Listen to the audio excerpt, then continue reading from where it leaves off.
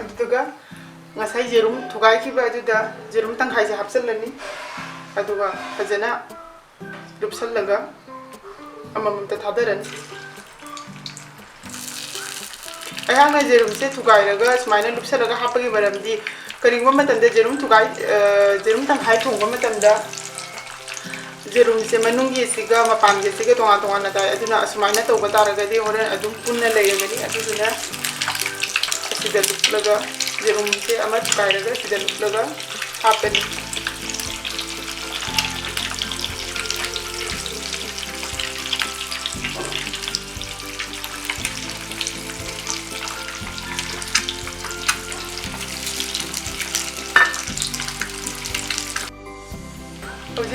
jerum se mulla jerum se amata manung ka mapan amata tonga tonga na tade ado hojik mulla bani na lokthok lage ayakna thauda yaingang ga thumga hapagi maramdi tolaga su tum adum tawba yai aduga yaingang ga thumga thauda haplaga smaina ngoba sina yerumgi machu je phajaba heli mana amam ta tamga lokthok lani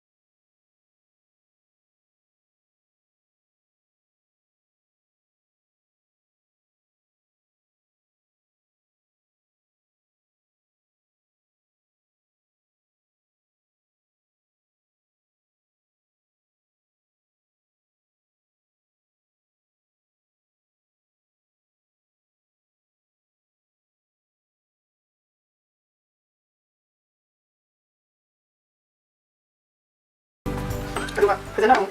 okai birani aduga sakala ko phawa thamlani hoji koina gi desi gi chamos ama hablani